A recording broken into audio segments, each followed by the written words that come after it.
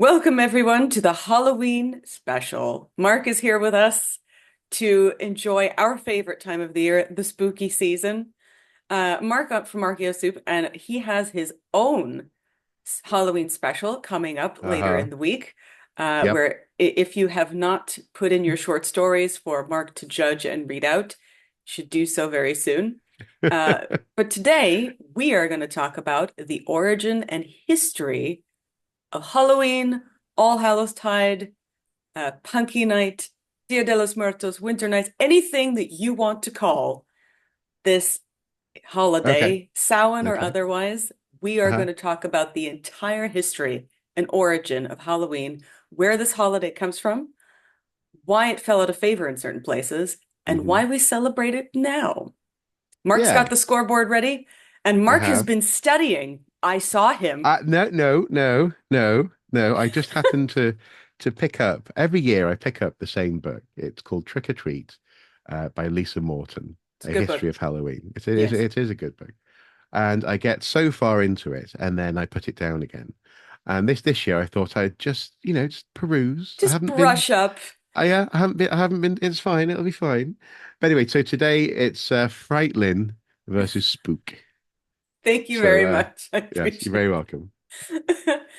Okay, Mark, the first question, Uh-huh. the one which you will see all over the internet, everywhere Yes. and always, is Halloween based on an ancient Irish pagan festival? Hmm. This is a difficult one because you say Irish, but also these days most of the Celtic fringe will somehow try and claim a connection to this sort of thing. Hmm. And I am going to say that almost certainly there's coincidence, but they're not connected. Ooh, very good, Mark. So this is debated, Okay. because the date of Halloween is certainly on the Irish quarter day of Samhain. Hmm. But as you said, as for other Celtic nations, there's no evidence that this holiday is really anything but early medieval. Yeah. Roud, who wrote the English year, says that certainly there's no evidence of the holiday ever having existed, at least in the British Isles, before the Christian festival of All Hallowtide. But archaeologically speaking as well, there's no evidence of god worship. There's no evidence of veneration.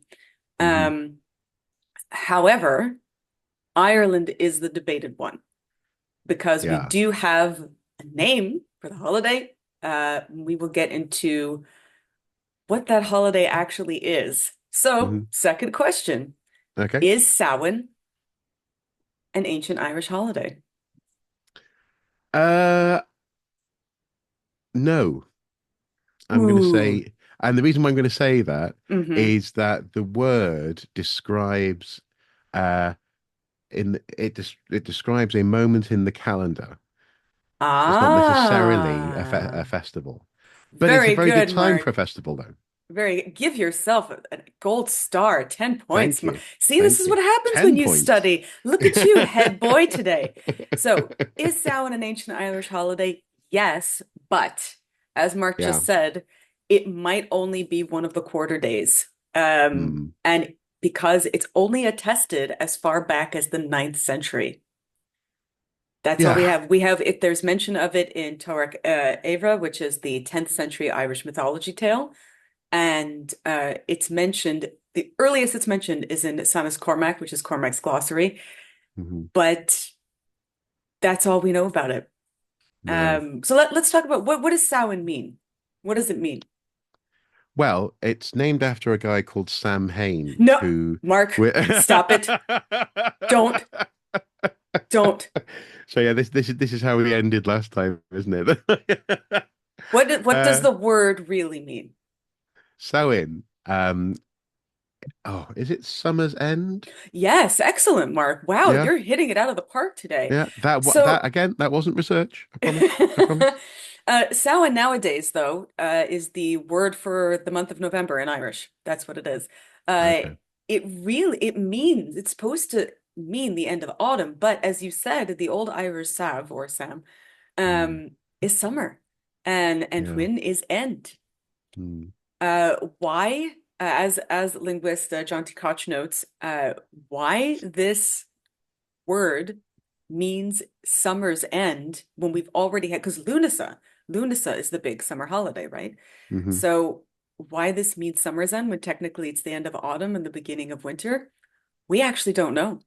We have no No. idea why this is called summer's end. Mm. Like I said, especially when we just had autumn and the Celtic summer, technically the height is at Lunasa. Hmm. There are some people who claim that some linguists who claim that the original meaning is maybe best explained as first assembly or a first feast of the month, which would make more sense uh, Okay. in terms of the mythology. Yeah. Um, but yeah, that we don't know why it's called Summer's End. The original meaning has been lost to time. That's it. Okay. Now, I'm going to note that I'm doing very well here, not jumping ahead in any way. You So you are you are I'm just I I'm have just given you an extra 10 points. I had a feeling, Mark, that since this is your favorite holiday, that you would do very well on this one. yeah, I'm just going, no, okay, I'm sure she's going to cover everything. So I'm just going, yeah, yeah. So, how did ancient Irish pagans then celebrate Samhain? Not Halloween, but Samhain. Uh, I'm going to say with bonfires. Ooh, maybe. So Yeah, the real answer is we actually don't know. yeah. Most of what we know about possible Samhain practices is gleaned from medieval Irish mythology, right? And that's Uh-huh. all ninth century to 12th century, long hundreds of years after the Irish were all already deep into Christianity.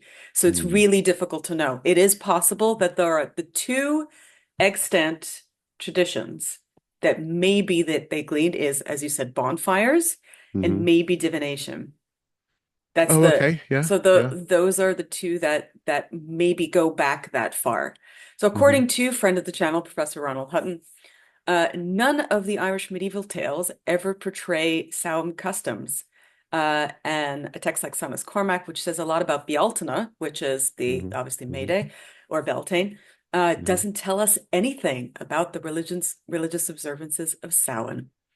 That's it. Which is Indeed, which is the which is interesting because often, according to people who sort of propose that they have knowledge that for which there's no evidence, they will say that in that sense, there's a direct dichotomy that one is a reflection of the other, won't they?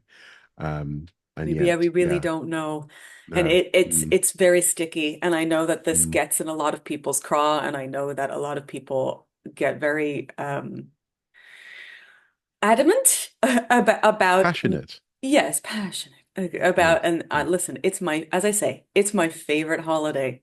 Hmm. Hmm. This is my favorite time of the year. So Hmm. I am somebody who is very deeply attached to Halloween and everything that we celebrate now for sure. Hmm. But in terms of what traditions were actually Irish and what traditions were when we're talking about for Samhain specifically, we Hmm. don't know. Bonfires and divination, those are the only two we have. And again, that's because of the mythology. And the mythology is very late, very late. Yeah, yeah. A lot of what we think Samhain is about comes from Geoffrey Keating. And he claimed that the Druids of Ireland used to assemble on the hill of Talcha on the night of Samhain and make and kindle a sacred fire. Okay. What that means, how where he got that information, can't tell you. Oh, is this also where people could get um embers from that fire as Yeah, well? yeah, pretty much, yeah. So the myth goes that they would get Hmm. embers from the fire on Samhain, and then they would keep it all the way till Bealtaine, and they just kept essentially it's a way to keep the fire going Yeah, during the cold months and to yeah. keep the fire going all year long. It's a lovely custom, and some people still Hmm. do it. I mean, it's very common as well in places like Kildare where they have Bridget and her Hmm. fire is still going, and they just keep the fire going, and you can take a flame from that. But again, we don't know if this is ancient. There is Hmm. nothing pre ninth century that says that any of this was ancient. Yeah. And unfortunately, because of Keating saying that that this is an ancient Druid fire festival. Obviously, Victorians picked it up and then they made this whole mythology around what they thought Samhain was, as Victorians are wont to do. And then people believed them. But again, there's no evidence for pretty much any of this. Um, there's mention of Samhain in the Book of Lismore, with the fire used to summon the fairy queen from the mist. But again, that's very late. Mm. So that like Geoffrey Keating claims that there was a feis, or a celebration that was held at Tara, uh, Uh-huh.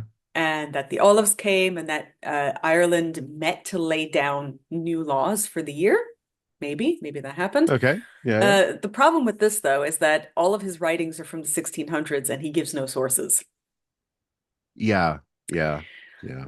So we can't really say anything. There's also obviously there are ties to the monuments, but again, those are all from the mythology. So for example, the Docta and Morrigan are said to have had sex on Samhain. Very nice. Sex on Samhain, but that's from the Battle of Martura, which is again 16th century manuscript, possibly again based off things from 12th century, but Hmm. again, very, very late. So we have no idea what the original Irish people may have done on this day. No. Hopefully fires, probably fires. That's about it though. I mean, it's a good time of year for fires. And that is the Yeah, thing, is that this might yeah. just be it's just that, oh, the ground is dead. Gotta light fire, and it's getting cold. Gotta light fire. Hmm. All right, Mark, this Yeah. question is just for you. Okay. Is Halloween an ancient festival about the demon lord Samhain? No, Thank no, it's Christ. not. Lord of the Dead, according to, was it DeLacy? Oh, so close, No, Valancy. So, Delancey. Yeah. this actually a little bit of backstory. So this Mm, actually was the thing that prompted me into studying Halloween because about a year ago, I found a book that was written in the 1960s. It was written by a creditable author, published by a creditable publisher, and the very first thing in this book says that uh-huh. Halloween is an ancient Irish holiday Yeah. in which the Druids worshipped. That's how you know it's false immediately. In which the Druids worshipped Hmm. the demon lord Samhain. Yeah.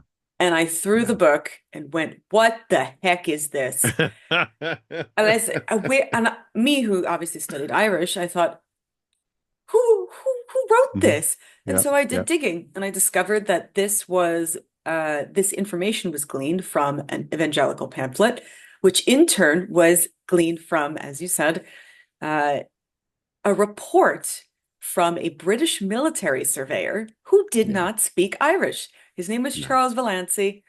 He was out to demonize the Irish people, and he claimed that the word Samhain was talking about a god called Balsav, which Yeah. is a god that doesn't exist in the No. Celtic pantheon. No. There is absolutely no Irish god by this name. The No. mistranslation was picked up by Protestants who went on to willfully misunderstand what the word Hmm. and the Irish traditions and the holiday was about, giving rise Yeah. to the idea that Samhain was some ancient Celtic demon that they were, or god of the dead that they were celebrating. Hmm. Yeah. S- Yeah. Yeah, Uh, there is absolutely no evidence for that at all.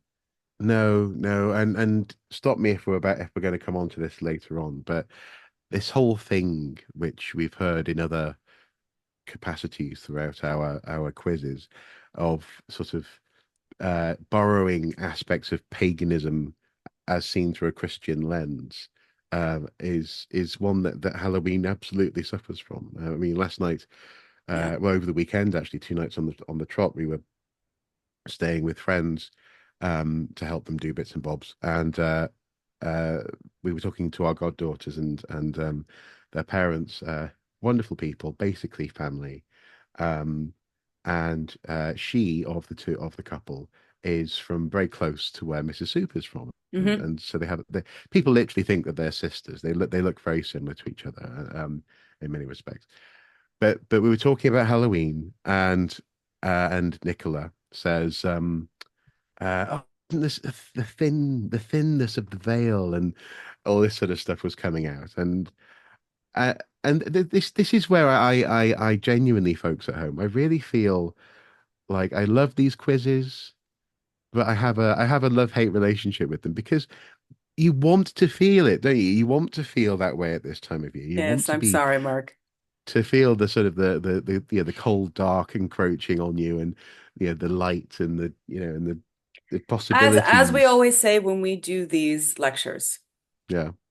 people make up new customs all the time. Yes. And that's wonderful. And that's Hmm. fine. There's nothing wrong with making up a custom, making up a, everybody now tells spooky tales on Halloween. That's Hmm. wonderful. That's great. That's the stuff we love. Just don't say it's ancient Yeah. because we know we have the receipts and we Yeah. know it's not. Yeah. Yeah. I know it really is terrible because it does ruin it. I have a friend who invited me to a pagan ritual in which they were going to invoke the dead. And I said, "You mean neo-pagan?" And she Mm, paused and went, "Yes, mm, neo-pagan." And again, yeah. that's fine. If you Yeah. want to make this now about the dead, that's incredible. I love that, and I'll be Uh-huh. there. I will be there. I will Hmm. celebrate. But just don't tell me it's ancient pagan because it really is awful. Knowledge Mm, is really awful. yeah. Ignorance is so wonderful. It Yeah. really is. Um, Speaking But of obviously, which, keep watching, folks. Join us in the misery. yes. Yeah. Join us in the misery as as we discover whether or not Hmm. Halloween is the Celtic New Year. Is it the Celtic New Year, Mark? Now, so can we just check how many questions have we asked so far? One, two, Thank you. three, Yeah. four, Yeah. five. Five. Oh, yeah. No, it makes sense. No, we're good. We're good. Um, is it the Celtic New Year?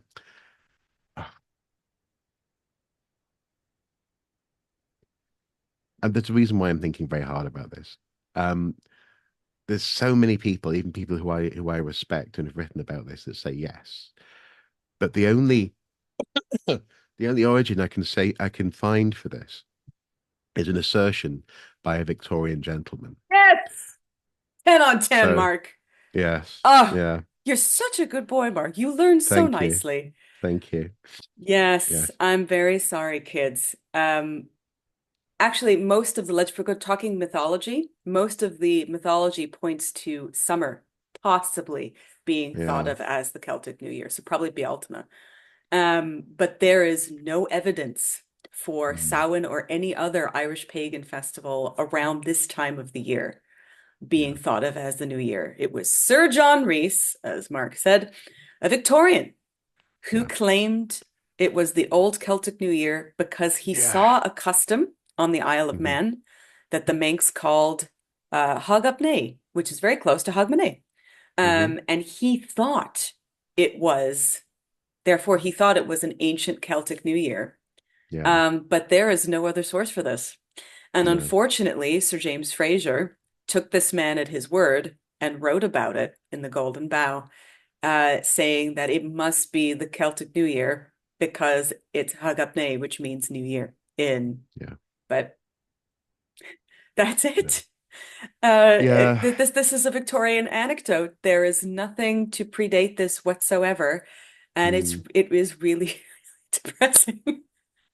And yeah, Um, it is a real shame because actually, even that Trick or Treat book, Lisa appears, as far as I've read, to accept that it is a new year of sorts, and it's the one thing that given that she's fairly, and actually I highlighted this to you earlier in the week, how she'll just say no, wrong, and this kind of thing all the way through. It's the one thing that she doesn't actually examine and justify. yeah, Um, because there is no evidence, like we said, there that it's mm, only this one anecdote that we have from yeah. Sir John Rhys. Professor Ronald Hutton does, and he did an amazing paper called uh, I think The Celtic New Year and the Day of the Dead, which Hmm. will be part of our further reading. And he does a full examination. And this is literally the only source is this one Victorian man. Yeah. That's it. Yeah. There's nothing in the ancient Irish mythology.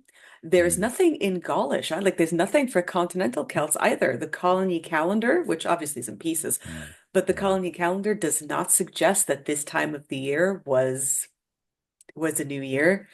no. That's it. And as we said, that even in the myths, it was Mm, just considered to be one of the quarter days. There is mm, nothing that suggests that this was a new year. As we said, this might have been a magistrate new year mhm. in which they made new laws, and maybe kings came together or people came together to assemble around a bonfire, but Yeah, that's all potential. we have, Well, potentially potentially. new Yeah. laws, maybe taxes, things like that, administrative stuff. Yeah, Yeah. yeah. Mm. Okay. Next question. Yeah. Is Halloween an ancient Celtic day of the dead? No, No. no, This was a no. ge- who made up this theory, Mark? Who was it? Oh, I don't know. Was it him? Was it Delancey? It was Victorians in general. Victorians. Oh, There was a okay. popular theory put forth by Victorians that this was the ancient Celtic Day of the Dead, and it has long since been debunked.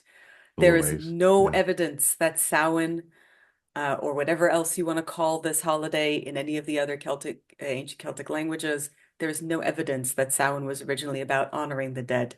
None of the, No. importantly, we know this because absolutely none of the Irish myths mention it. Mm, There is no mention of dead worship. There's no mention of gods of the dead. Dawn's not mentioned. Crom Crua, Crom Dubh. They are in the ancient myths. They are not mentioned at all. no. No. Their ancestors are not mentioned. Hmm. Going to visit ancestors are not mentioned. Worshiping the dead is not mentioned. Nothing. There are some people who believe that maybe it was like the spooky aspect of it came from maybe the fear of your own death because winter's coming. That makes a Uh-huh. lot of Yeah. sense, especially this Yeah. time of the year. But it was two real sources that suggested this. One is Sir James Fraser. Thanks, dude. Great. Again, and he said this with no evidence at all.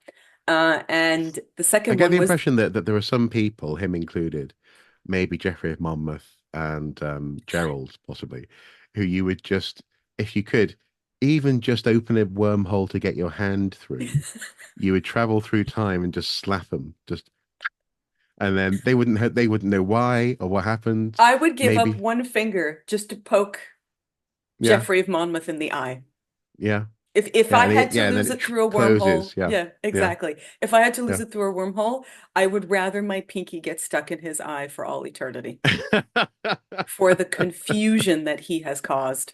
Yeah. Uh-huh. Yeah, yeah. Actually, the big source where people think that it's an ancient Celtic Day of the Dead is from the New Catholic Encyclopedia. Oh, Yes, okay. which is really weird. But the Oh, New Catholic Encyclopedia, citation 2003, claimed that it descended from a Druid festival of the dead, which is really interesting. strange. Yeah. I don't know where they again, no sources, and it's No. hilarious because this idea of it coming from a Druid festival of the dead, I mean, we're going to see in a minute where All Souls Day actually does come from. So keep that Uh-huh. in mind when you're thinking, why did the Catholics say that this is a Druid festival day of the dead? It doesn't Yeah.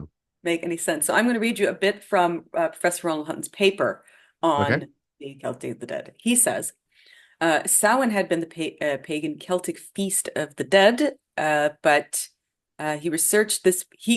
This is Sir James Fraser he's talking about. He researched this belief by a simple process of arguing back from the fact that 1st and 2nd of November had been dedicated to that purpose by the medieval Christian Church, from which it would be surmised that this had been a Christianization of a pre-existing festival. He Mm. admitted, by implication, that there was, in fact, no actual record of such a festival, but Mm. inferred the former existence of one from a number of different propositions.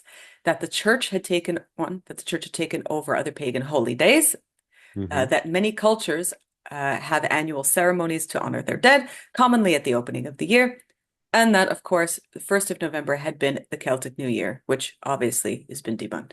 He pointed out that although the Feast of All Saints and All Hallows had been formally instituted across most of Northwest medieval Europe by Emperor Louis the Pious in 835, on the prompting of Pope Gregory, that it had already existed on this later date of November the 1st in England at the time of Bede. He suggests that the Pope and Emperor had therefore merely ratified existing religious practice based upon that of the ancient Celts. But again, as Professor Hunt says, there was no previous evidence for this. That's when Sir No, James yeah, Frazer came up with this. And it yeah. has caused so many problems, Hmm. really, just for studying the holiday. Hmm. And he concludes this by saying it may well be suggested that the imminence of the most frightening of the seasons, Friday festival that brought it in across much of Northern Europe with a numinous significance in none of the medieval literatures that purport to represent pagan times for their societies, Welsh, Irish, or Icelandic.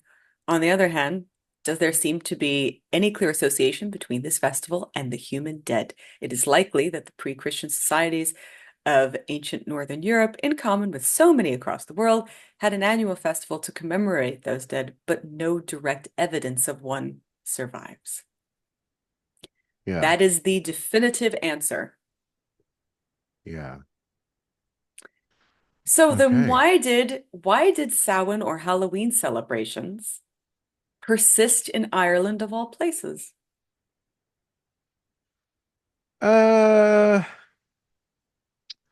well, just because Ireland is a very uncivilized place, and Says the man who's married to an Irish person. I can hear them in the background going, what the? No, no, no, no, no, no. Well, but and also to be fair, I have Irish family as well. No, no. I think that's basically where a lot of the Victorian idea comes from. Is that "Oh, these that's an things interesting is that point. That's an yeah. interesting Well, point." in so much as I think, and we'll probably return to this, so I won't go too much into it. But I think it was nice and convenient for people, for example, like an army engineer going over to Ireland, to be able to sort of imagine that they were traveling somehow back in time as well as Mm, through space. there is that Um, whole there's like a romantic romantic, aspect. Yeah. yeah, yeah, and we see it in other parts of the world. At that time, this whole Orientalism, the Hmm. mysterious Orient, deepest, darkest Africa, Ireland and Scotland, and to a certain extent Wales weren't immune from that. So, um, That's an interesting point. The answer I was going to give is really it's yeah, because Ireland remained Catholic for the most part. Remained okay. Catholic. Well, it's the same thing. Okay, fair enough. Yeah, essentially, yes. And Like, Catholicism is obviously very, very heavy ritualistic, yeah, right? yeah, And so when the rest of the British Isles went and through they've the they've got that Reformation, encyclopedia as well. yeah, yeah, The yeah, encyclopedia exactly. itself says, Catholic yeah, Encyclopedia yeah, said, yeah. "Oh God," but According to the book here, it says like well, it's you're gonna do this. when Yeah, so when go was the Reformation, on. Mark? Do you remember the year of the Reformation? 1532. Ooh, very good. So the Reformation happened in the rest of the British Isles, but in Hmm. Ireland, for the most part, they stayed Catholic. And Yeah. so they continued with their Halloween celebrations while Mm. Halloween was pretty much forgotten in Britain for a very long time. Yeah. It ended up being morphed into other holidays, Mm. specifically Bonfire Night, which we Hmm. don't have in the rest of the world. You guys have that. Do you want to tell Yeah. everybody what Bonfire Night is quickly, Mark? Well, interestingly, Bonfire Night, that was also known as Guy Fawkes Night, and then Hmm. I think there was also Guy Fawkes Day briefly as well, is the celebration of the continuation of Parliament despite a Catholic plot to blow the place up. Guy Fawkes infamously was one of the members of the conspirators gang, who was caught in the act apparently of being about to set off the explosion underneath Parliament, and he was tortured to the extent that he could no longer properly sign his name at the end of that process. But nonetheless, he did sign a confession. Um, and it's interesting because essentially what they did was they moved. Um, and this was also at a time when you had lots of other interesting things happening in terms of publishing of the Bible in English. You had uh, sort of almost like bylaws being created around religious observance within the state and the state's influence thereof. And what they did was they borrowed stuff that was already happening in and around. the 5th of the 5th of November was when the plot was meant to happen. So it ended around the end of October, beginning of November, and just broke it up a little bit. And you had this sort of state sanctioned celebration of essentially, I suppose, the foiling of a terrorist plot by taking things such as bonfires, which were being used up until that point around about the end of October, and using them for this, yeah, basically a very formal state event. And it's an interesting one that you don't really think about as a British child, even growing up in Wales, for example. We didn't really think about it as being anything other than when the time when ooh, fireworks were about to be set off. Hmm. But the reason why no one else does it is because it's attached very specifically to essentially it's a politicization of a celebration, and therefore it's unique to this island, I guess, these isles, if you really want to extend it further. And I guess one more thing I would say is that it's annoying if you're a pet owner, because at this time of year, all the Yes. supermarkets are filled with flipping fireworks stalls and stands, and any buck Egypt can go and buy them. And as soon as they're available, they're being set off, whether it's daylight or not. They're just so. I would, I'm living for the day when fireworks are silent, and you don't get people just enjoying the boom. But that's just me being grumpy. Mm. So we talked about, so that's Guy Fawkes Day or night, and Yeah. but there are other holidays that are associated with Halloween. Do you know what Yeah. Martinmas is? No, no. Is there a Saint Martin? Ah, very good, Mark. So Martinmas is Old All Hallows. So just like how we Okay. have Christmas Day and we have Epiphany, which is Old Christmas, so Yeah. too we have All Hallows Tide and we have Martinmas. Martinmas is Okay. Old All Hallows, and I actually had to ask Professor Ron Hutton about this because so in certain places they don't celebrate Halloween, but they do No. celebrate Martinmas. So specifically places like Germany, continental Europe, Mm. much of continental Europe, but the eastern part of continental Europe celebrates Martinmas instead. And Martinmas is Old All Hallows Tide purely because of the calendar change, which stranded some Hallowmas customs at the later feast, especially in continental Europe, where the change in the calendar occurred earlier. Mm. So the Feast of Martin would have been established by the 6th century, when his cult was booming, so says Professor Ron, which was well before All Saints became widespread in the 9th century. Uh, and so therefore now we have to ask the obvious question of, was Martinmas a pagan holiday? uh, I don't know. Was Martin a pagan? I mean, really, that's my question. Martin of Tours? No. Yeah. Um, we don't even Uh, know if he lived, no, no. but no, I mean in the Roman world, the 10th of November was considered to be the beginning of winter. Okay. But it doesn't seem to have any connection to this at all. Martinmas though does have its own customs. People eat Martinmas goose, they have Martinmas beef. It is the sort of like the beginning of the winter reveling holidays as well. Hmm. Here in Canada, the 11th of November used to be Martinmas, and now it's Remembrance Day. It also used to be our Thanksgiving. So we did have a lot of that, again, that Christian overlap of Mm. Martinmas, Thanksgiving, and now we obviously, Remembrance Day is not a Christian holiday. No. But it does have that whole, the reverence around that day. Hmm. Hmm. It's still, mumming still takes place. People still go guising in German and Dutch speaking towns. They have lanterns that are called Lanternlaufens. Apologies Hmm. for my German. And they even have processions of horsemen going around who are said to represent Saint Martin. And Saint Martin is a gift giver. He comes around the Rhineland region and he does give gifts. So, Mm. and I even Okay. asked, this is obviously anecdotal. I have two German neighbors, one from the Swabish region and one from Bavaria. And the one from Bavaria said he said that they don't celebrate Martinmas, but they do celebrate All Souls Day, and they go to graves and they picnic with the dead and that kind of thing. And then the one from the Swabish region said that she did celebrate Martinmas as a kid. So there Okay. really is a divide, at least in Germany, as to which day you celebrate for what. Right. So it's very interesting. Essentially, like a lot of, broadly speaking, the countries that remained Catholic or the regions that remained Catholic celebrate All Hallows. Yes. And when the calendar shift happened, some things got stranded at Martinmas, other customs got completely forgotten. And then when certain countries became Protestant or they decided not to be Catholic, any part of the Catholic Church anymore, they just got rid of their All Hallows celebrations altogether. So let's talk about what All Hallows actually is. So Mark, what is All Saints' Day?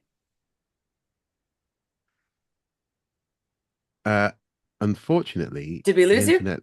Okay, Yes. so let's Sorry. let's talk Sorry. about what All Hallows actually is.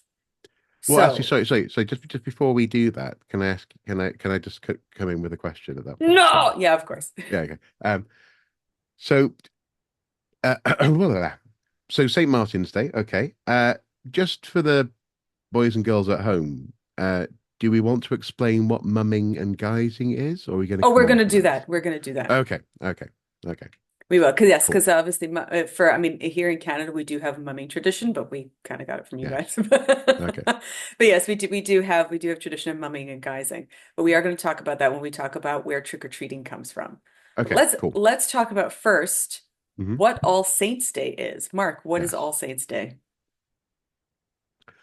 Uh, I'm going to say it's is it it's bound to be a feast day, I'm guessing. Hmm.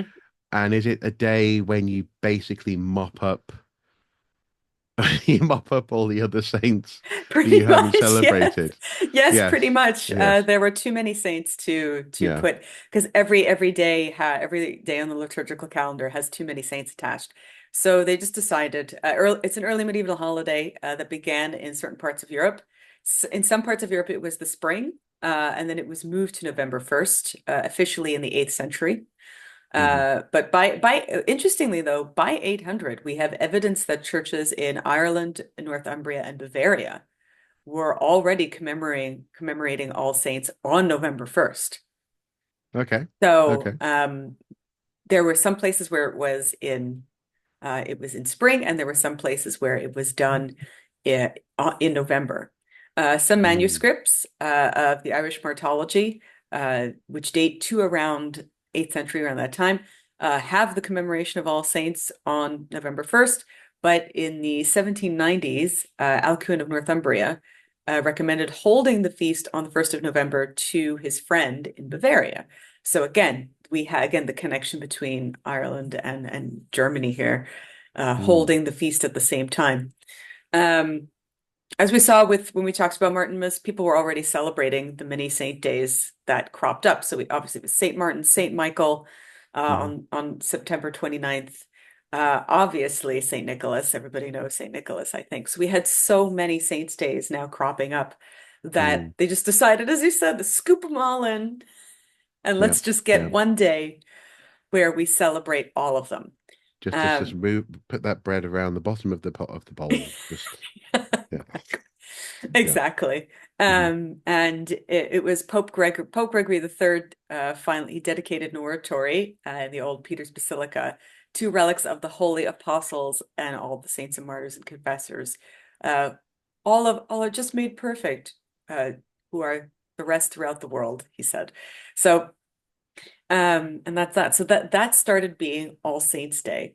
Uh, Okay. but that has kind of faded in most places in favor of All Souls' Day. Mark, Mm. what is All Souls' Day?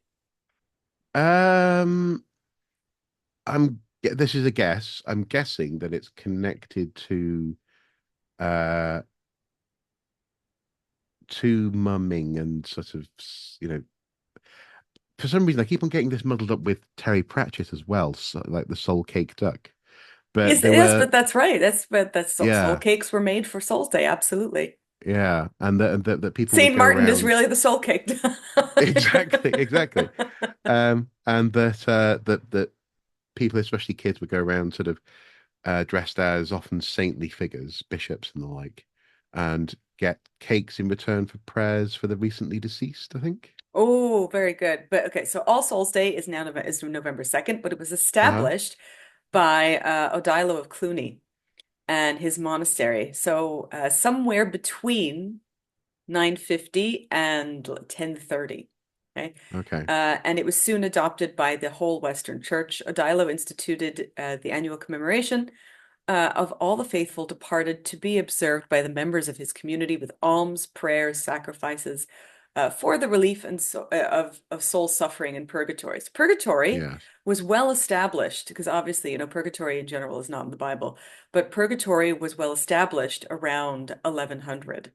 Hmm. And it was we talked about this when we had Dr. Dan McClellan here, but the Second Council of Leon in 1274 was when the church finally defined what purgatory was and Yeah. established it as part of Catholic canon. It became a day of prayer and remembrance for the faithful departed, observed by Christians, as we said, now on November 2nd. It's always been that day. Um, uh, and through prayer, ascensions, alms, and visits to cemeteries to Hmm. commemorate poor souls in purgatory, to give the departed their favorite indulgences. So baking bread, bringing them bread, lighting fires as well. So this is where soul cakes, barmbrack, Maltese bone cookies, all of these things come from, all Hmm. made in honor of the dead. Obviously, barmbrack has a divination element to it. But all of these breads, these special breads, were made in honor of the dead. Some people took them to graves and obviously decorated the graves and candles and such. At the Reformation, though, purgatory and praying for souls to go to heaven was completely abolished, right? They don't believe in Yeah. purgatory. Yeah. So All Souls was removed from the Protestant liturgical calendar. And Yeah. Catholic countries, as said, maintain the tradition, like obviously Ireland, parts of Germany, France, Spain, Portugal, and continue to maintain. But this is where we get the whole thing of ghosts, supernatural, the dead. It's all from this. It has Yeah. nothing to do with anything before this, but this is where the whole aspect of this day being spooky or ghost-like or ghosts or Mm. people coming back to visit you comes from.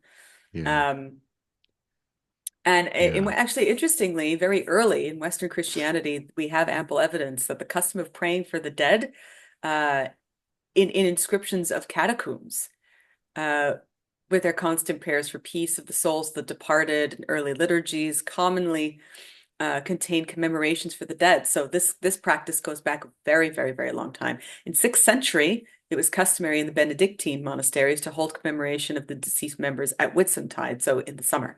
But this was established as a wide Catholic holiday on November the 2nd. Okay. Um, and like I said, it goes back a very, very long time.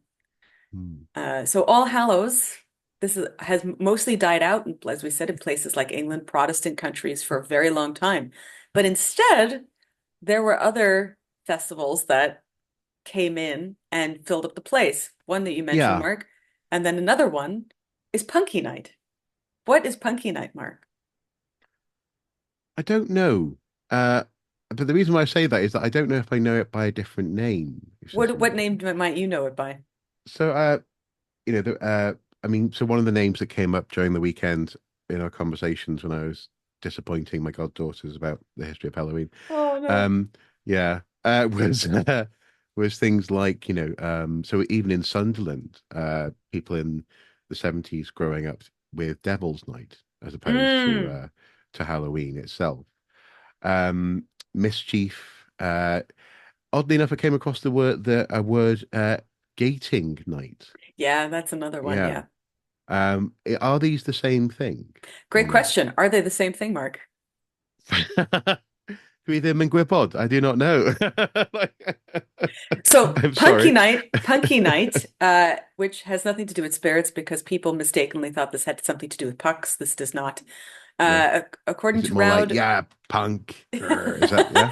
no, unfortunately, it Oh, was okay. mostly done in Somerset, and is done on the last Thursday of the month instead of the 31st.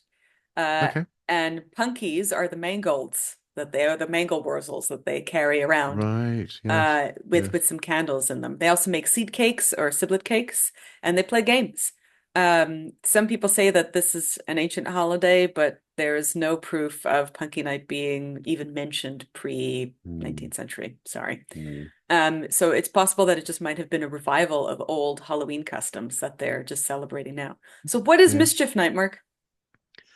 So Mischief Night, if we go by the one and only holy text that is the Crow, um, it's when you get a bunch of people driving around going, Fire fire it it up, up. and blowing up arcades. Yeah, why would they blow Um, up arcades? They're so I lame. don't know. Yeah, I'm so gutted that you see this beautiful antique uh pinball machine get smashed. I'm sure it was already broken. I'm sure it was.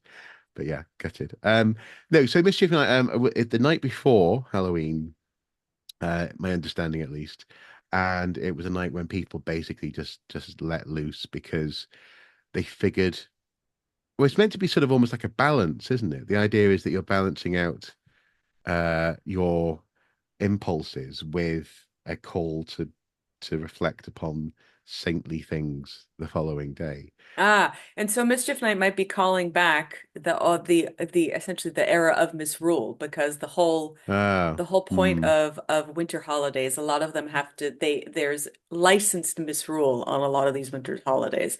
So mm, Mischief Night actually depends where you are because as you rightly said, in some regions it's the night before yeah, Halloween. Um, yeah, in many places, like Scotland, Canada, the US, that is the night before Halloween, or also, also called Devil's Night. In parts of Northern England, though, it's the night before Bonfire Night. So it's the interesting. 4th of November. And Ah, the earliest use we have of the phrase Mischief Night is actually as old as 1790, when the headmaster of school encouraged uh, people as an ode to fun, which praises children's tricks on Mischief Night in most approving terms. That's how they were allowed. Again, okay, it's licensed misrule. So same thing at Christmas, same thing at Epiphany. yeah, It's this mm, whole idea of boy bishops flipping roles because it's dark and you need something to do and you need to have some fun. hmm. The concept of Mischief Night is definitely older, as Puritan Philip Stubbs decries the May Day Eve Mischief Night as early as 1583.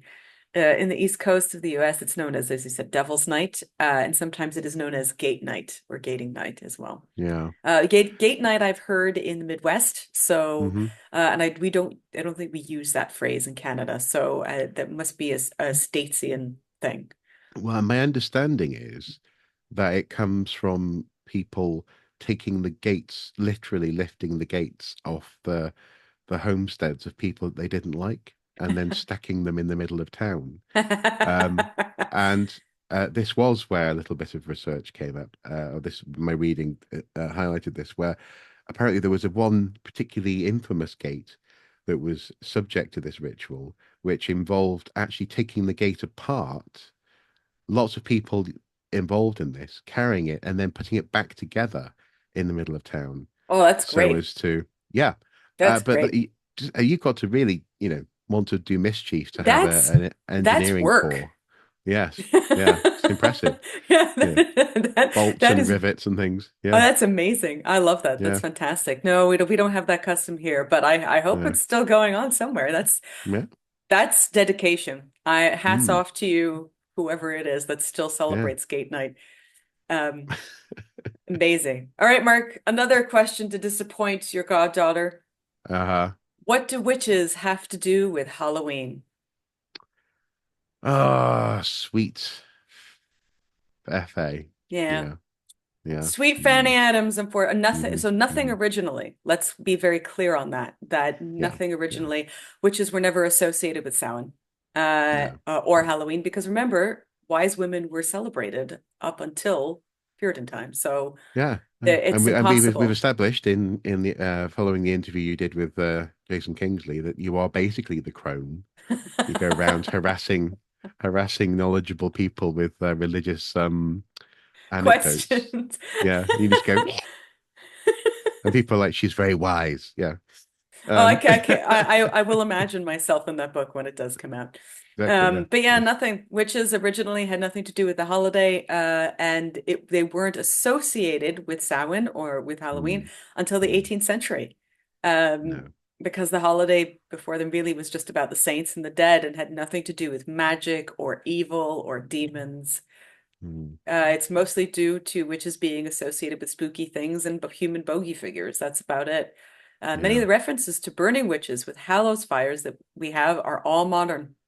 They're all Hmm. modern, like on the island of Man, where they claim to have made a bonfire surrounded by like divination stones to ward off fairies and witches.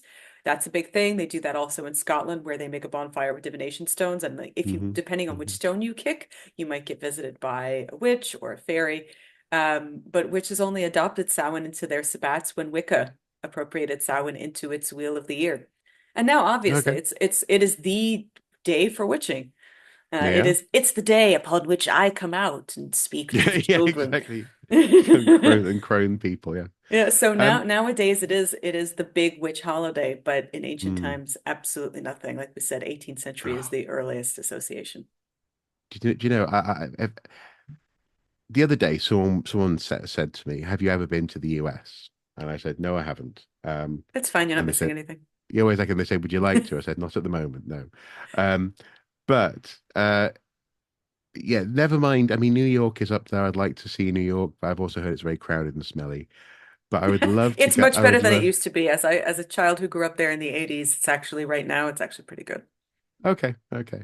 But I would, yeah, I would, even though it's probably, at this time of year, um, uh, just full of commercialization. I'd love to go to Salem, and it would be fantastic.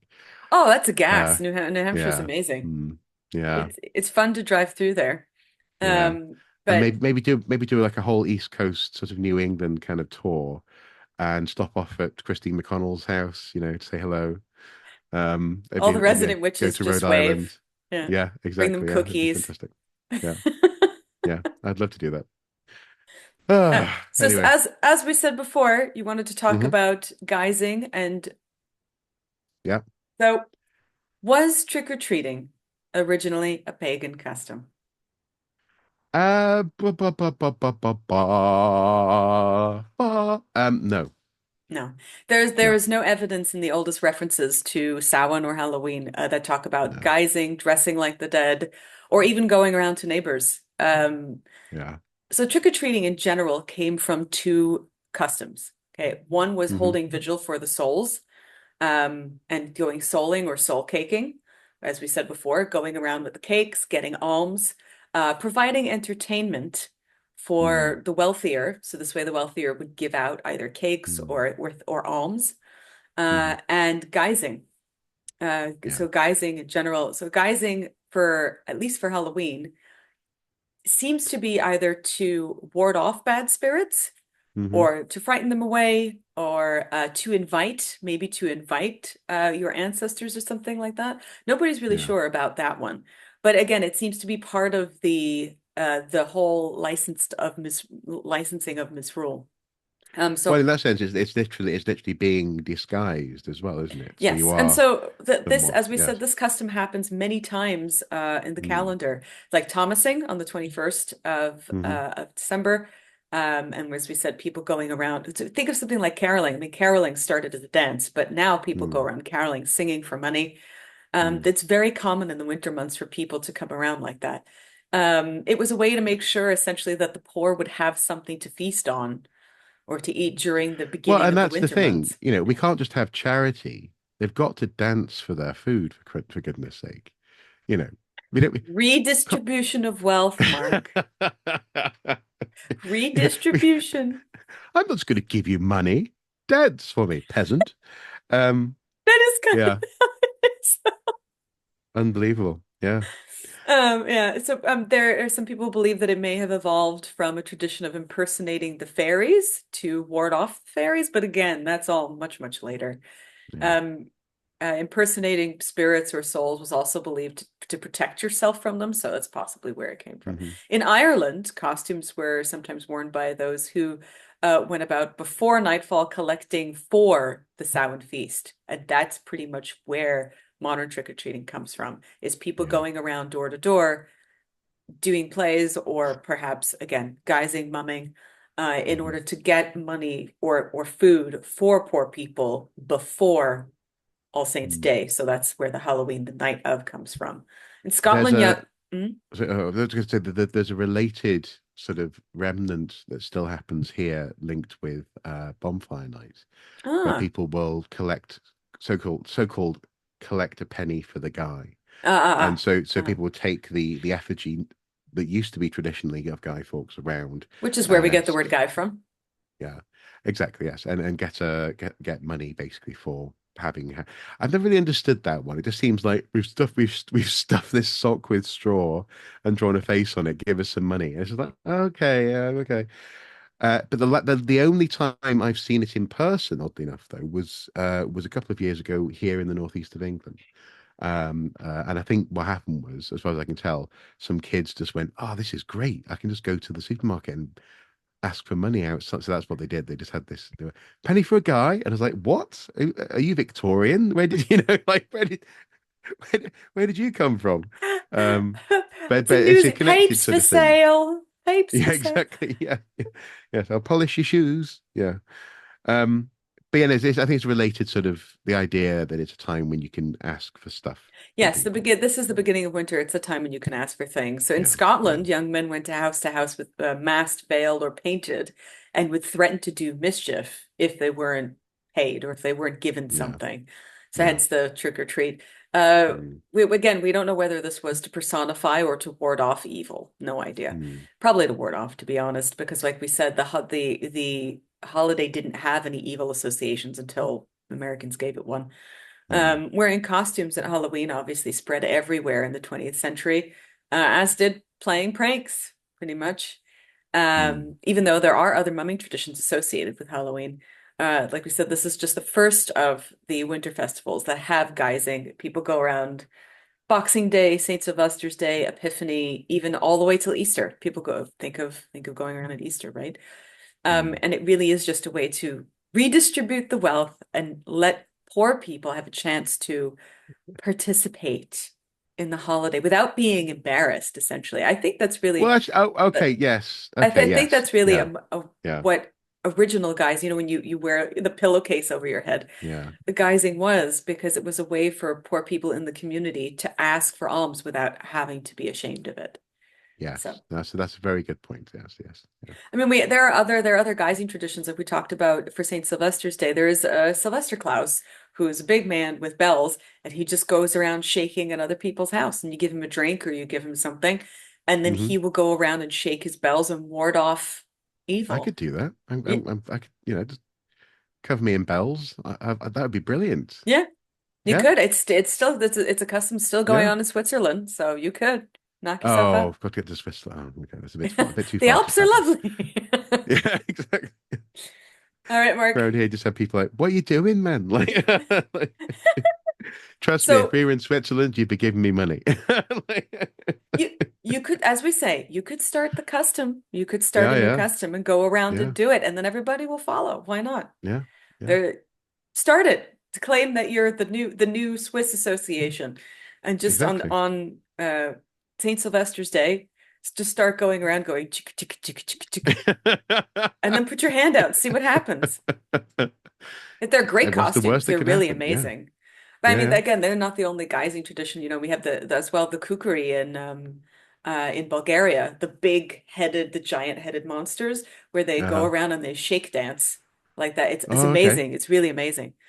cool. But there are tons of these mumming traditions and guising traditions all over Europe. Even in Japan with the Namahage. My favorite, Yeah. the Namahage, Hmm. who Hmm. come Hmm. down from the mountains in Akita and they come down with their knife and their bucket and they threaten the kids to be good. And if Yeah, you're not good, they're gonna come get you. But if you're good, they give you mochi. yeah. So, Oh, okay. but it's the best thing ever because they come through towns and they go and they start making crazy noise Hmm. and they bang on houses, they run through houses, and so the parents invite them in to chase out bad spirits. But in return, they make sure that the kids will behave for the coming year. Nice. But Yes. this custom of some kind of spirit coming down and warding off evil or blessing a place is all over. Oh, it's worldwide. Mm. And Yeah, usually yeah. it's usually in the winter months in order to Mm. ward off disease, evil, cold, etc. Next question, Mark. Uh-huh. Is the jack-o'-lantern the head of a pagan god? It's not. No, No. no, no. It's There not. was a story that it was supposed to be like the head of the Irish god Crom Crua or Crom Dev. There is no evidence of this. This is all made up by No. Victorians. The term jack-o'-lantern was originally used to describe the visual phenomenon of the will-o'-the-wisp, the foolish fire, Okay. Yes. In English folklore. It was used especially in East England, and its earliest use dates to the 1660s. And the Oh. Oxford English Dictionary records the use of the term in Britain from that time, and more prevalently around 1658. Again, Mm. in reference to the igneous fatus, all the way from 1600s to 1704. And then from then it started getting associated with lanterns and watchmen. Mm-hmm. And then there was the legend of a character named Stingy Jack. And this became a modern Irish myth that he was somebody who went up against the devil, played a little trick and lost, and so he lost his head.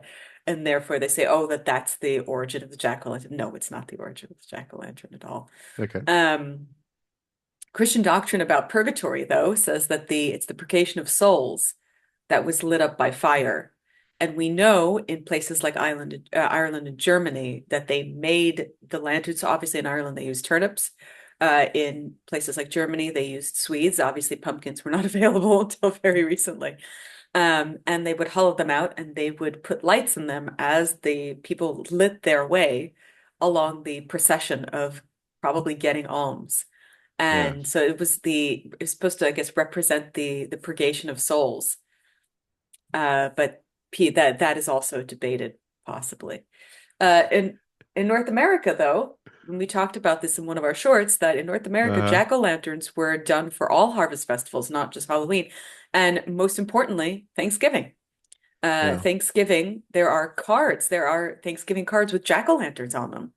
Mm-hmm. Mm-hmm. So this whole idea that jack-o'-lanterns are somehow Halloween specific uh, is in the States at least is not necessarily that true. Now it is, but originally, pumpkins were carved for Thanksgiving, and were given to children as part of their prize for being at a play. So Yeah. that's it. There's obviously that it started getting associated with Halloween later on, but poet John Greenleaf Whittier, who was born in Massachusetts, wrote the poem The Pumpkin in 1850, which Mm-hmm. mentions Thanksgiving and not Halloween. Um, Okay.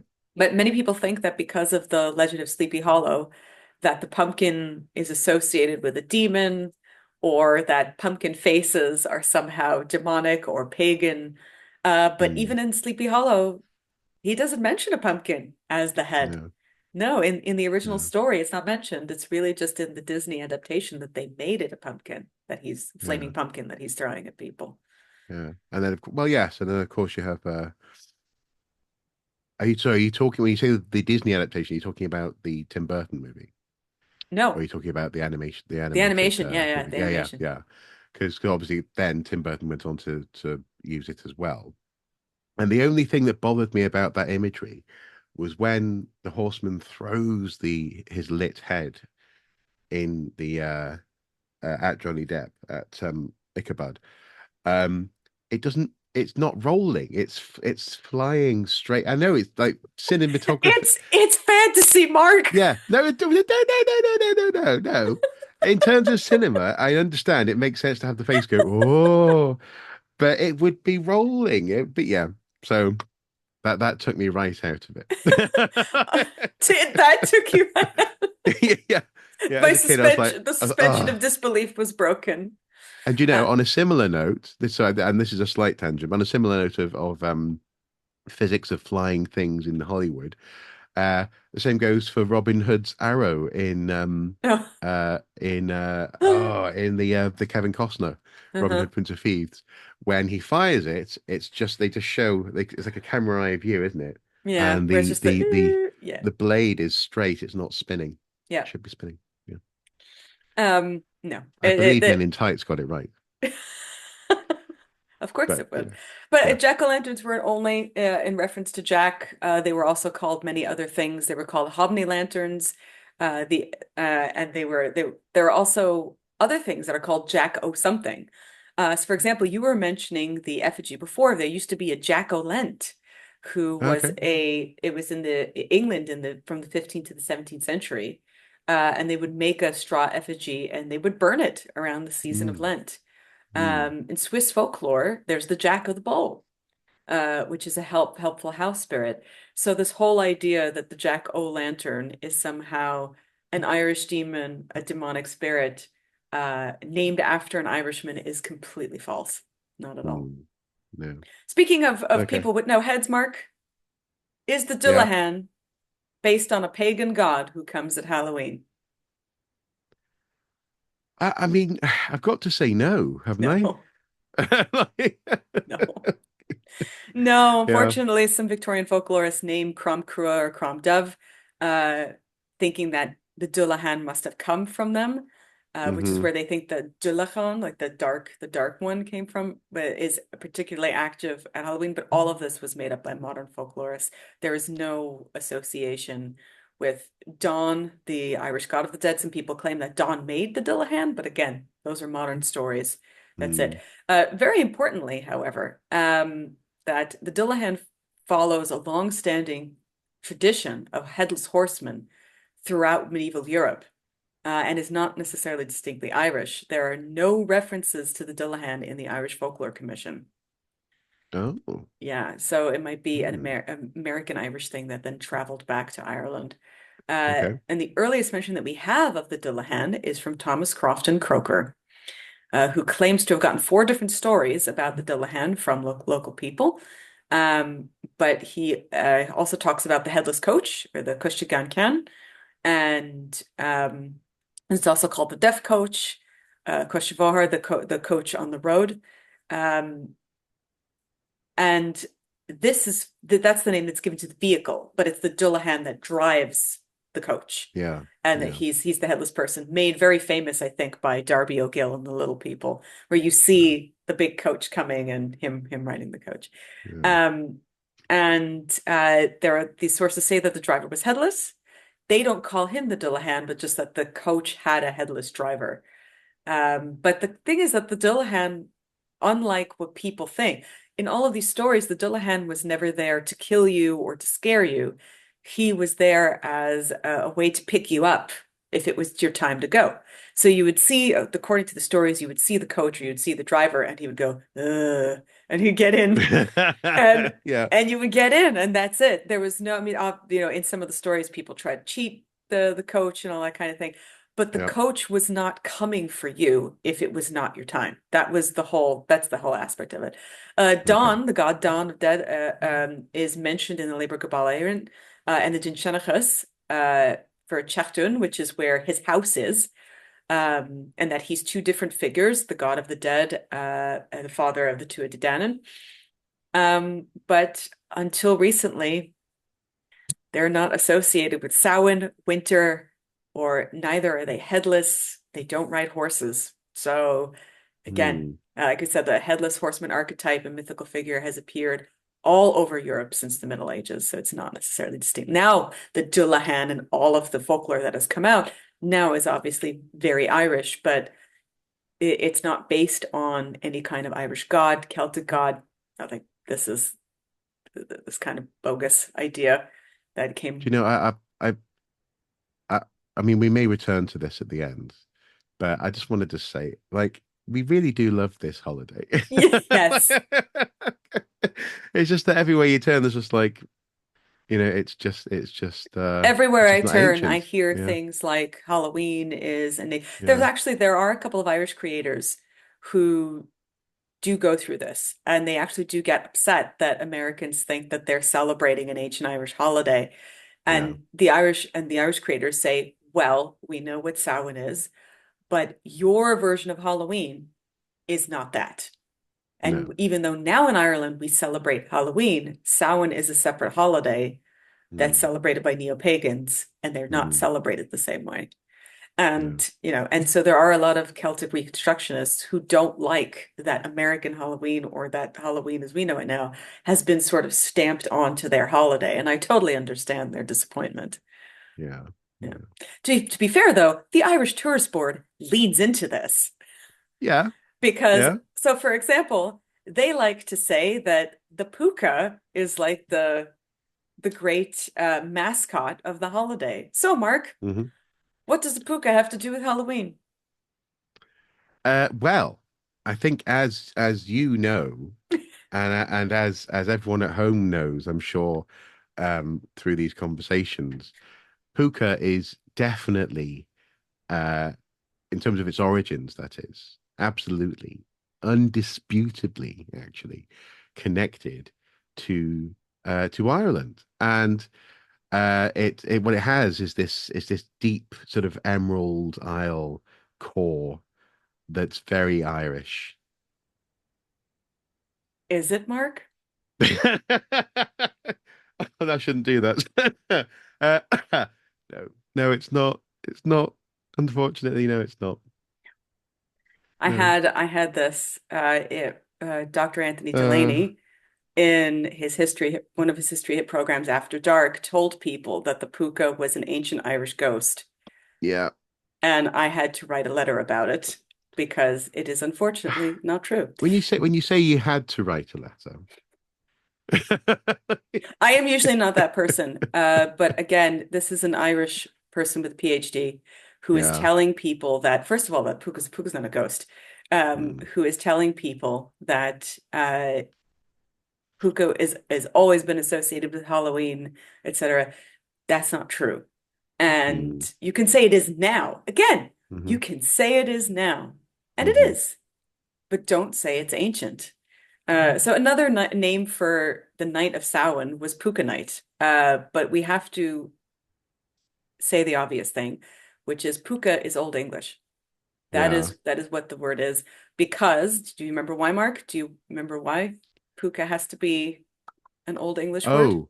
Oh, because it has the letter P in it. Oh, Mark, you listened so nicely. Yes, Yes. yeah. And It actually, can't, yeah. I should say, if you go back to the headless, the what was the word for the headless The gun carriage? can without a head can.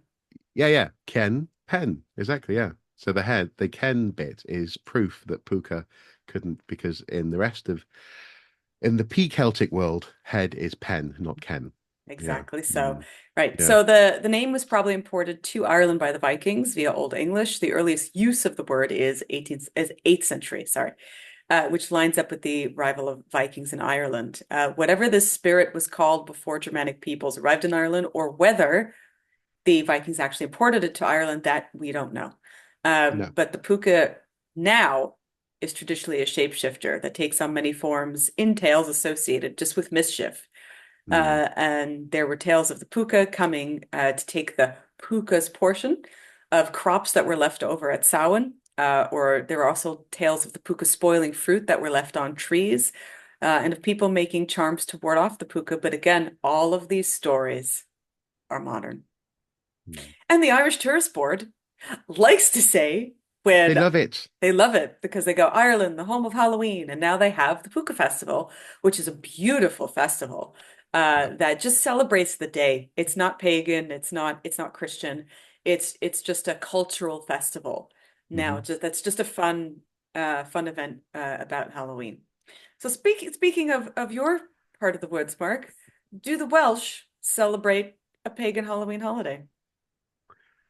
Uh, uh, Helen Gaev.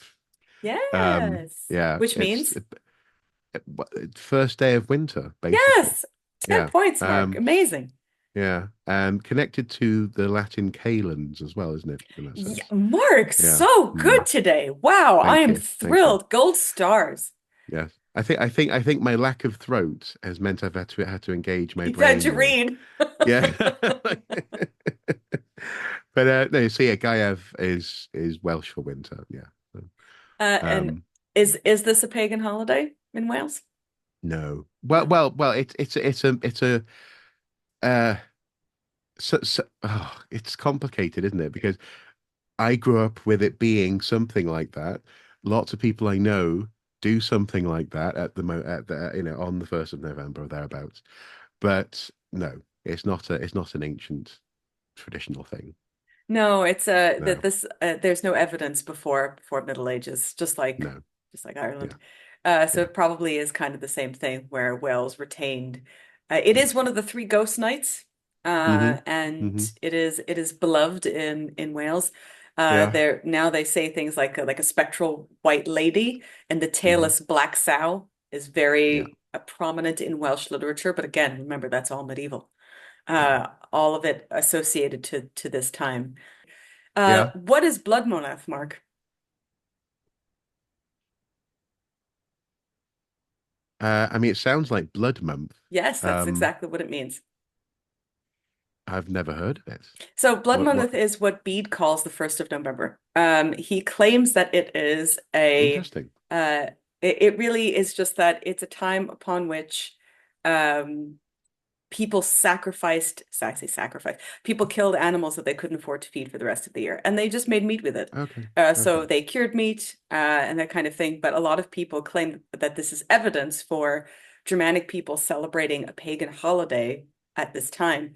Um, but it was a time where medieval folks cured, killed, smoked their meats, Yeah. hoping that it would last them throughout the winter. Bede tells us that these animals were dedicated to the gods, but he didn't appear to know how. And that's it. That's I all mean we know. that sounds again awfully like your man going to Ireland and being like, I hear in these parts you guys, have never heard of a stamp. Look at this, and just impressing people with, with a lighter or something. And this is Um, why I would love to poke Bede in the eye. yeah, yeah. Could you give us I yeah, in that sense, something show your else? receipts or shut up, Bede. Yeah, Yeah, yeah, exactly. yeah. As well, there's also Winter Nights. Winter Nights is a Scandinavian holiday. Uh-huh. But Winter Nights was earlier in October, probably somewhere between the 11th and the 17th. Nowadays, though, from the calendar switch, it's between October 9th to the 27th Gregorian calendar. But we actually don't know if this was an ancient Scandinavian holiday or whether this was a Christianized one because of how late the sagas were written. The sagas do talk about winter nights. Yeah, Norse people were Christianized around 900, again, depending on where they were and that kind of thing. yeah, So we don't know if winter nights was originally a pagan holiday. Not sure. yeah. And even if people want to claim that there's wriggle room there, regardless of when these areas were officially Christianized, the influence and individual families taking on religious belief and also just stories spreading was happening for centuries beforehand. So yeah, it's a as ever, it's complicated. Yeah. Mm. Just to speak briefly about the Slavic side of things, there are two different traditions, and it's pretty much the same thing. So in the rural areas, though, of places like Poland, they they all celebrate Souls Day. They go to the graves, but in other regions, there's a whole custom around somebody called Dziadi. Sorry if I pronounce it incorrectly, or Jadi, I think, in which there's a play that's performed. And from my Uh-huh. Polish friend telling me, she said she absolutely never wants to celebrate this again because it's a play that's very depressing and Oh, about beggars that come around. And again, so they also have their own traditions so that are is it linked to kind of this. like there but for the grace of God kind of story, People come around and go, well, at least you've got Yes, 10 fingers, and I've used all mine up, that kind of thing. Yeah. this play is Yeah. actually it's based on books, and the books are quite long. Right. So but they do have their own Day of the Dead or Halloween traditions as Interesting. well. Okay. I'm quite surprised though that you haven't asked about the elephant in the room. I mean, Fuji-san's wearing a lovely costume. I wouldn't say he's that big. Like, But we've been talking about All Souls, and we've been talking uh-huh. about a celebration of the dead. Yeah. What Oh, ho Dias de los Muertos. Yeah, I'm yeah. surprised you Yeah. haven't asked about it. So, Mark, Uh-huh. I would like you. to look at. So for those who are only listening, I have put Uh-huh. 4 pictures in the chat. Okay. Mark is going to look at the pictures. I'm going to Uh-huh. tell you what's in them. All the pictures are nearly identical. They all show the same thing. They Okay. show graves, they show flowers, Uh-huh. they show candles, and they show offerings, either on something that's being offered or on Uh-huh. the graves themselves. Hmm. Mark, you are going to look at these pictures and you are going to tell me which one of these is Dia de los Muertos. Which one of these is Mexico? Okay, so the first one seems to be almost like a succession of piles of presumably flowers and things with candles. It's almost like a series of waves, or like middens of light going back into the distance. The second one appears to be more certainly I can identify as a graveyard. I imagine the first one is a graveyard as well. Slightly more colorful, more in the way of flowers, and it's sort of dusk. So people have been lighting these candles presumably all day, and now the sun is setting. The third one, very Christian.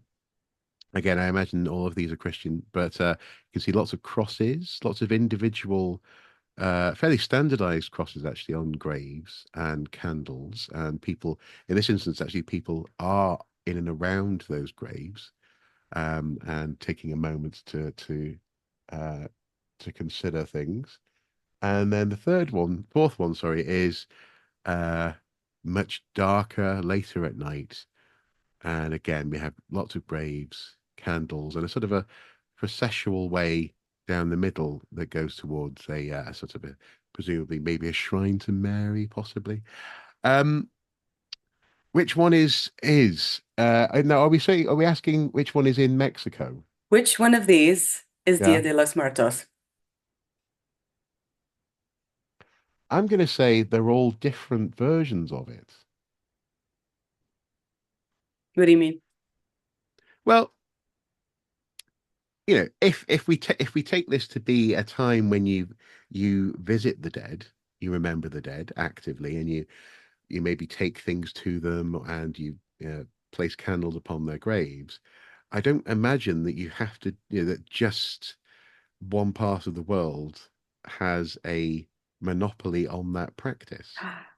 So Ah, I'm gonna be really cheeky and flub it and say I think they're all flavors of a Day of the Dead. Mark, you saw through my artifice. None of them is Mexico. None of them. Interesting. None of Interesting. them is Okay. Dia de los Muertos. And I did this Okay. purposely because these pictures have been used as stock pictures for Oh, Dia de los right. Muertos because they Yeah. all have the same flowers, they all have the same lights. And so one of Uh-huh. them is in Ireland, one of them is in Okay. Malta, Yeah. one of them is in Bangladesh, Okay. and one Yeah, of I them can is see that. Germany. Right. Yeah. And I did this because there is the unfortunate question that we now have to ask. Uh-huh. Is Dia de los Muertos a Oh, yeah. pagan Mexican celebration? Um,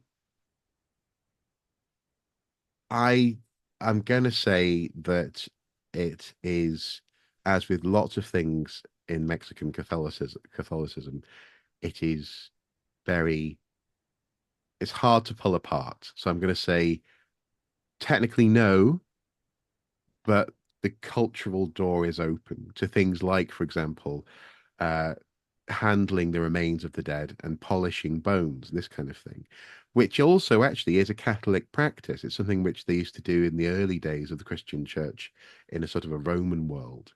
So, in that sense, Catholicism wasn't too shocked by handling the remains of the dead, but often it's done today in not just in Mexico, but Mexico often is often a focus um, at this time of year, almost with Catholic sort of cover, but they talk about it as having um, indigenous pre-Columbian roots.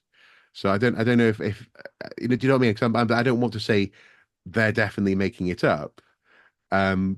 but I imagine that for anyone doing it, it's indistinguishable actually. There are, It's really so hard this to pull is apart.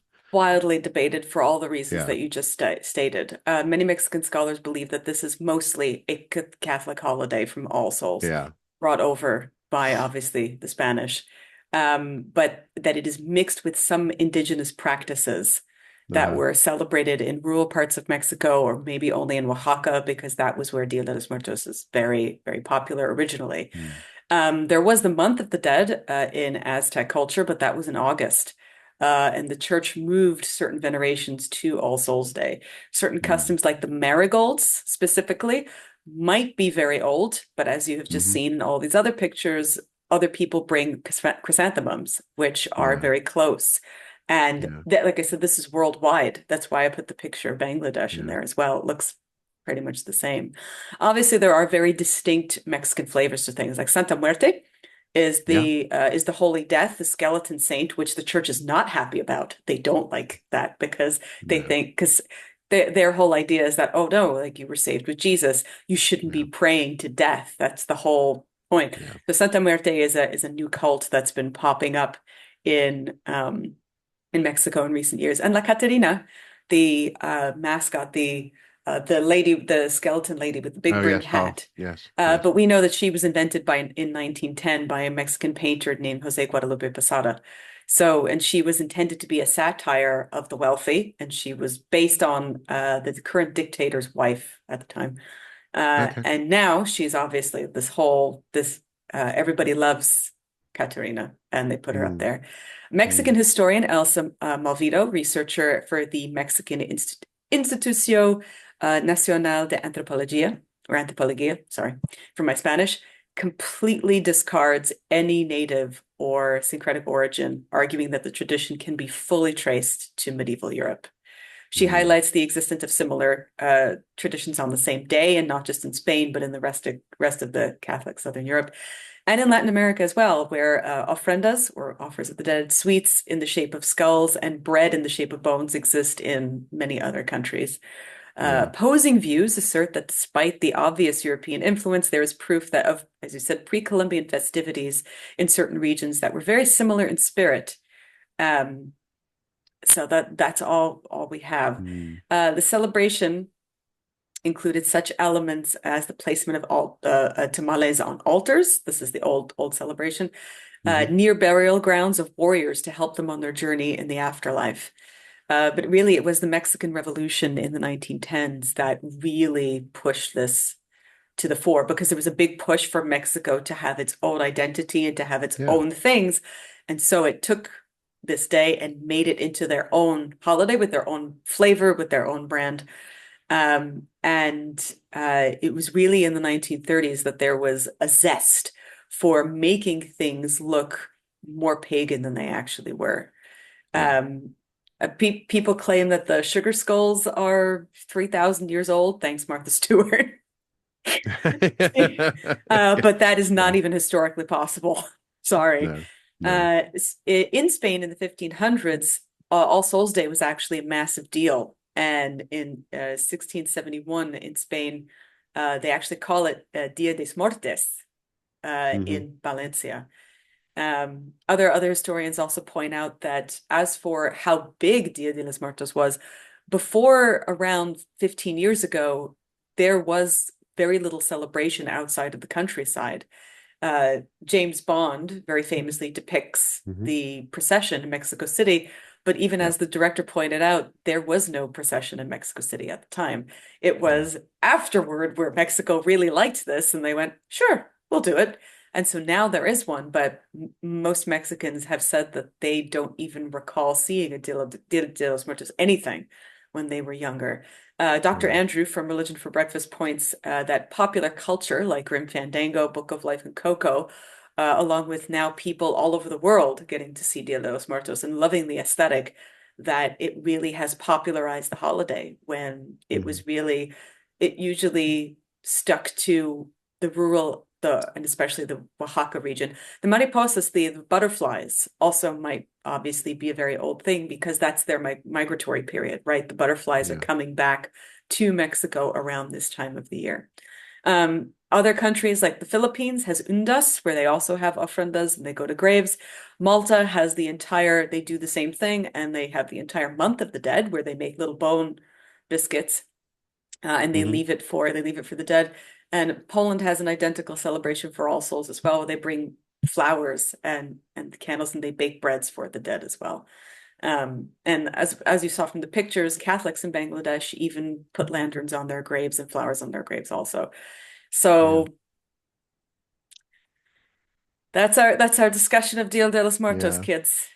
Yeah. Um, I suppose one question that I have is why do we think at this time of year, and you've touched on it a little bit earlier, this idea of looking into the future, trying to figure out things like, who you might marry or what the I really future might think it has hold. to do with the fact that everything is dying at this point. And Yeah. they really think it has to do with people, because it seems to be there are two major times of year when people do divination things. One is Mm. now, and the second is usually sometime at the beginning of spring or Yeah. beginning of summer.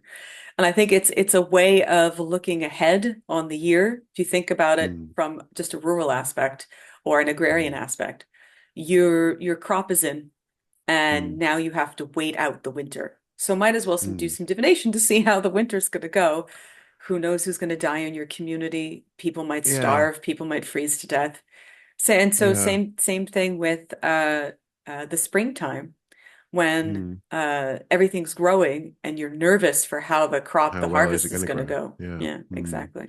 And I suppose because because something I guess we haven't touched on is the fact that you would have things like kids burning nut shells. You'd have dropping hot lead into water. Again, my goddaughters found this absolutely hilarious because they and their dad were like, "What? This sounds very dangerous," and also therefore really cool. Yeah, Things of like course. trying to snatch money, like prize money, out of a bowl that's got lit alcohol in it. This kind of Oh thing. my gosh, that's So yeah, awesome. so danger and as you say, divination in the dark with little flashes of light. Even apple bobbing has an aspect of Yes. chance to it as well. Hmm. Um, and is this where what we can do for those people who are feeling possibly a little depressed at the lack of certainty? What we can point to is the fact that that vibe is very real. In that sense, I mean, we say Yeah, it's yeah. not ancient, but a lot of these things are older, for example, than the founding of the United States, for example. They are old. They're just not as old as some people hope that they would be, Hmm. aren't they? Um, So, but if yeah. if all of this is really, if All Hallows in general is just a vestige of Catholicism, of medieval Hmm. Catholicism, Hmm. why does anyone think that any of these customs are pagan? Because because because and this goes back to hanging out with the girls and their parents is they all think it's cool. It's cooler if it's pagan. It's a little bit naughty. It's a little bit mischievous. It's a little bit It unfamiliar. really is because the Victorians said it was cool and naughty and Yeah. mischievous. Yeah, because Yeah. Victorians wanted they wanted this to be a pagan celebration. And so without Yeah. any evidence whatsoever, they turned to things like Mm. medieval myth to say that it Mm. was without really knowing, having no archaeological or historical background whatsoever. Yeah. And scant linguistic connections as well. Yes. Yeah, almost Mm. none. And that Yeah. is something that we do have to pay attention to as well. So I'll Mm. just give you some parting words from Okay. Professor Ronald Hutton, where he says, Hmm. thus, there is no doubt that the opening of November was the time of a major pagan festival, which was celebrated at the very least in all those parts of the British Isles which had a pastoral economy. Hmm. At most, it may have been a general thing among Celtic peoples, but there is no evidence that it was ever connected with the dead, no proof that it opened the year. But it was certainly a time when they thought supernatural forces were especially to be guarded against or propitiated. Activities which took from different forms in different regions, its importance was only reinforced by the imposition upon it of a Christian festival, which became primarily one of the dead. And it is to the development of that festival that we now must turn. Hmm. And and my closing statement is people make up new Halloween customs all the time. There is now a witch paddle in the States where witches go Uh-huh. out to the sea, they paddle out to the sea, and they hang out on the ocean, which I think is wonderful. Hmm. And everybody has their own Halloween customs now. We have Halloween parties, we have witch covens that get together. There is no wrong answer when it comes to No. celebrating Halloween, ever. Hmm. Hmm. But But know where it comes from. hmm, absolutely. Well, Well, thank you Mark, very much. Thank you. how did you did amazingly today. Thank you. Uh, we have so the scores. On this one, I think I might have lost track a little bit, but it's 16 and 7. So 16 plus a star for me, and then 7 for you. So not too bad. But as ever, the real winner was knowledge. It's the knowledge we found along the way.